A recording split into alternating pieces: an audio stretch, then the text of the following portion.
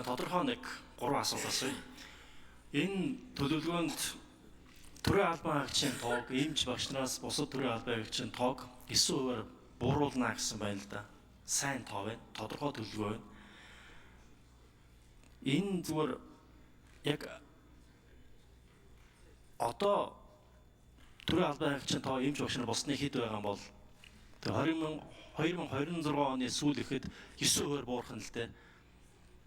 Энэ зүгээр аль хэсгээс ямар аргаар захимжуулаад юм уу, эсвэл цомгтохоод юм уу, ямар төлөвлөгөөтэй байгаа юм энийг тодруулж өгөөч.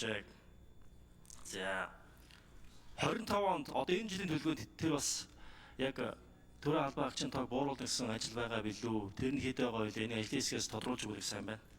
За хоёр дахь нь мега төслүүд 14 төсөл нодон баталсан. Тэгээ одоо өнгөрсөн жилийг бодвол жил орчин боллоо. Гадаад орчин, дотоод орчин, эдийн засгийн нөхцөл өөр болж байна. Тэгээ энэ дээр ямар нэгэн эрэмбсэн зүйл, эрэмблэх төлөвлөгөө байгаа юу? Өчигдөр байнгын ороонд асуухад эрэмлээгүй гэж хэлээ. Бүгдээрээ хийх гэж байгаа. Жишээлбэл нөгөө хиймэл дагуул маань хийх хിവэрээ юу гэдэг. Тэгээ ийм нөхцөл байдалд энэ том мега төслийг хит ингээд шүтээд явах нь өөр эдийн засгийн тогтворт макро орчныхоо нөхцөл байдлыг ханшийн тогтвортой байдлын инфляцийг бас буруу тийш залах аюултай. Тэгэхээр ямар нэгэн байдлаар эрэмблэх тэмүүлэл процесс ажиллаа байх ёстой гэж санагдаад байна. Тэгээ хиймэл дагуул хിവэрээ юу? Замун богд дуулыг нөхлөх хിവэрээ юу? Ажлаасаа бодсон энэ бол бас л сайн бодохгүй болвол оновчгүй төсөл байгаад байгаа юм. Тэгээ энэ дээр хариулж өгнө үү. За гурав дахь нь бизнесийн орчин сайжруулах бол жилийн ер нь жил болгоно ярьж идэг банк төлөвлөгөөнд ордог. Гэхдээ хизээж бодиттой үр дүн гардаггүй нэг ажил байгаа. Энэ төлөвлөгөөн дээр харах юм бол эдийн засгийн эрхчлөөгөөд маш ерөнхий нэрээр орцсон байна.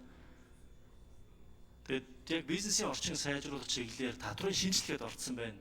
Яг аль чиглэлээр нь татварлаар ямар шинжилгээ хийж байгаа, ер нь бизнес эрхэлж байгаа хүмүүст тэр эрхчлөөгөөд байгаа бизнесийн орчин яг юун дээр мэдрэгдэхүүц тийм ажил 2026 он төлөвлөж байна вэ? Энийг яг тодорхой хэлж өгөөч гэж. За ганц сайд хариулт өгье. За найдлага гишүүний асуултанд хариулъя. Бизнесийн орчин дээр бол маш ойлгомжтой мэлээ.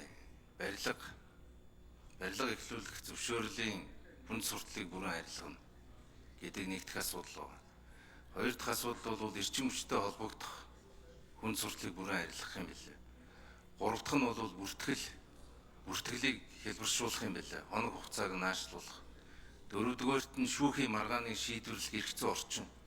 Яг өнөөдөр Монголын бизнесийн орчинд юу байна вэ гэхээр шүүхийн маргаан, өмчийн маргаан, 3 шатны шүүхээр явдаг, буцдаг. Ийм удаа маргаантай байгаа тохиолдолд заримдаа одоо хоёр хөрөнгө оруулагч хоорондоо шүүхтэд 15 жил болж байгаа түүх байна. Асуудал шийдэгддэггүй. Хөрөнгө оруулахаар хөрөнгө оруулалт нь хамгаалагддаггүй. Тэгээ эцэст нь бол мэдээж хөрөнгө оруулалтын хуулиар хэдүүлээ энэ одоо чуулганаараа хилцүүлнэ. Хөрөнгө оруулалтын хуулиар хөрөнгө оруулахад хаасан зарим салбаруудыг нээнэ гэсэн ийм одоо бодиттой ажлууд байна. Нэггээр хэлбэл бизнесийн орчныг үнэлдэг үнэлгээнийхээ юуг үнэлээд байна гэдгийг бид нар бол хартсан. Тэр үнэлгээн дээр яагаад алдаад байна гэдгийг судлаад гаргацсан. Одоо бол хуулиуд дээр ажиллах ийм зүйл бол нэгдүгээрт байгаа. Хоёрдугаарт ер нь энэ бизнес хөрөнгө оруулалт хийгээд хамгийн чухал зүйл бол яалтчгүй эрчим хүчний асуудал. Түрүүн Батэрдэн гишүүний хэлдэг. Тэгэхээр эрчим хүчнийхээ тархамал их үүсвэр дээр бид нар зөв бодлого гаргаж чадах юм бол холболтон дээр нь нийлүүлэлтэд нэмэгдүүлж чадах юм бол холболтынхаа асуудал шийдэгдээд явах ийм болцоо бол байгаа. Мега төслүүд бол мэдээж ирэмблэгдэнэ. Жишээлбэл одоо мега төсөл яаж ирэмблэгдэх вэ гэхээр урт хугацаанд Монголын хожлыг аль нь авчрах вэ гэдэг дээр ирэмблэгдэнэ. Урт хугацаанд. Тэгэхээр өнөөдөр бол ирэмбийн 1-р хил олболтын төсөл байсан. Энэ ирэмбийн 1-д байгаа төслөө бол бид нар урагшлуулж чадсан. Юу вэ гэвэл бид ямар байхаас, бидний аран шин ямар байхаас үл хамааран эдийн засаг өөрөө тогтвортойгоор өсөж идэг, эдийн засаг өөрөө тогтвортой байдаг тэр суурийг хил холболт гэж байгаа. Нэггээр хэлбэл байгаа салбараа интеграцид оруулж байгаа гэж цөмөрөө ойлгож.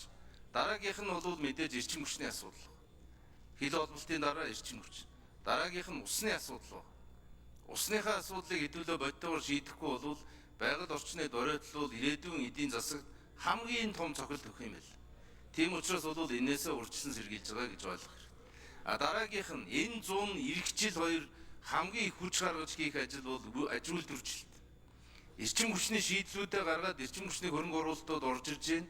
Энийг дагсан үйлдвэрчлэлтийн хөрөнгө оруулалтыг татах тэр орчны төслийн санхүүжилтийнхаа схемүүдийг одоо гаргаж байна. Одоо миний хэлээд байгаа тэр зэсийн үйлдвэр, дээр нь кокс химийн үйлдвэр.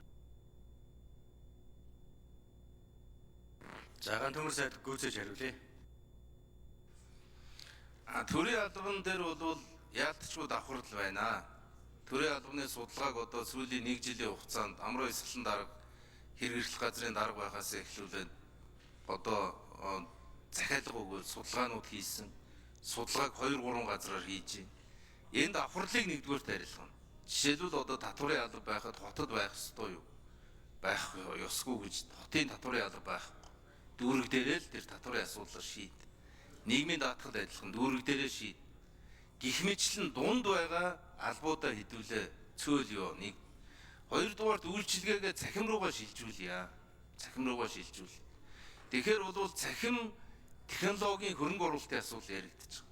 Өнөөдөр Баатаргүй сайдаас авж байгаа мэдээлэл бол 5G бол өөрөө одоо манай интернетийн сүлжээ рүү нэвтрэх суур нөхцлүүдийг боломжуудыг одоо бид нар гаргаад компаниуд нь боломжийг нөгөө явж байгаа гэсэн. 5G нэвтрээд явах юм бол манай платформ өөрөө маш сайн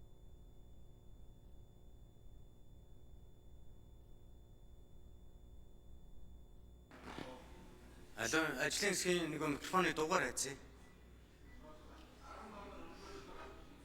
За 11 номерын микрофогийн ажлын хэсэг дараад нь Баатаргүй сайд нэмж хариулна.